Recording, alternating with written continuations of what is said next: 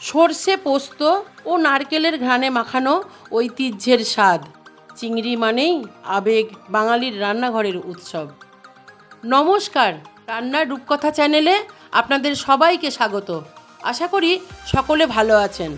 আজ আমার ৪১তম রেসিপি চিংড়ি ভাপা। তো চলুন শুরু করা যাক।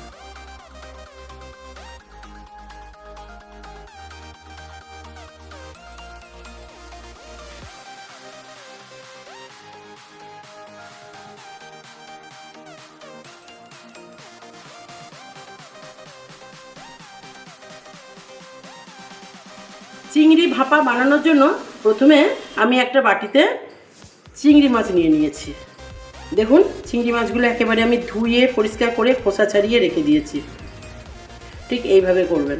এবার আমি এই মাছের মধ্যে হলুদ, লবণ, সর্ষে বাটা, পোস্ত বাটা, টক দই, নারকেল বাটা, সামান্য একটু সর্ষের তেল, এখন আমি এগুলোকে মিক্সড করে আধ ঘন্টা মতো রেখে দেবো। আমি একটা গ্যাসে কড়াই বসিয়ে দিয়েছি, তাতে আমি সামান্য পরিমাণ একটু তেল দেব, একটু কালো জিরে,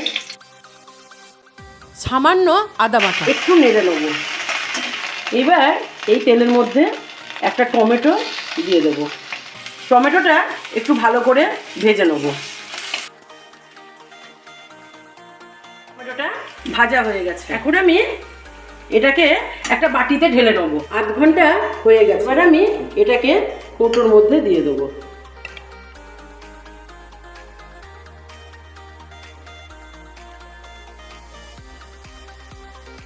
এবার আমি এর মধ্যে কিছুটা পরিমাণ কাঁচা তেল দিয়ে দেবো।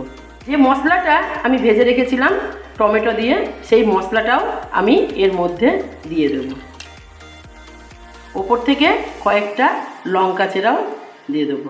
এবার আমি এগুলোকে একটু মিক্সড করে নেবো। এবার আমি কোটোটাকে কড়াইয়ের মাঝখানে বসিয়ে দেব।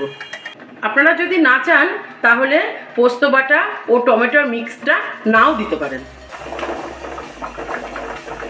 এবার আমি একটা বাটিতে চিংড়ি ভাপাটাকে ঢেলে নিলাম।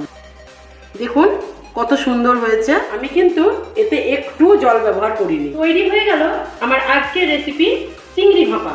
আপনারা যদি ফেসবুক থেকে ভিডিওটি দেখে থাকেন তাহলে পেজটিকে ফলো করুন, এবং ইউটিউব থেকে দেখে থাকলে চ্যানেলটি সাবস্ক্রাইব করুন, এবং রেসিপিটি আপনাদের কেমন লাগলো তা আমাকে অবশ্যই জানাবেন।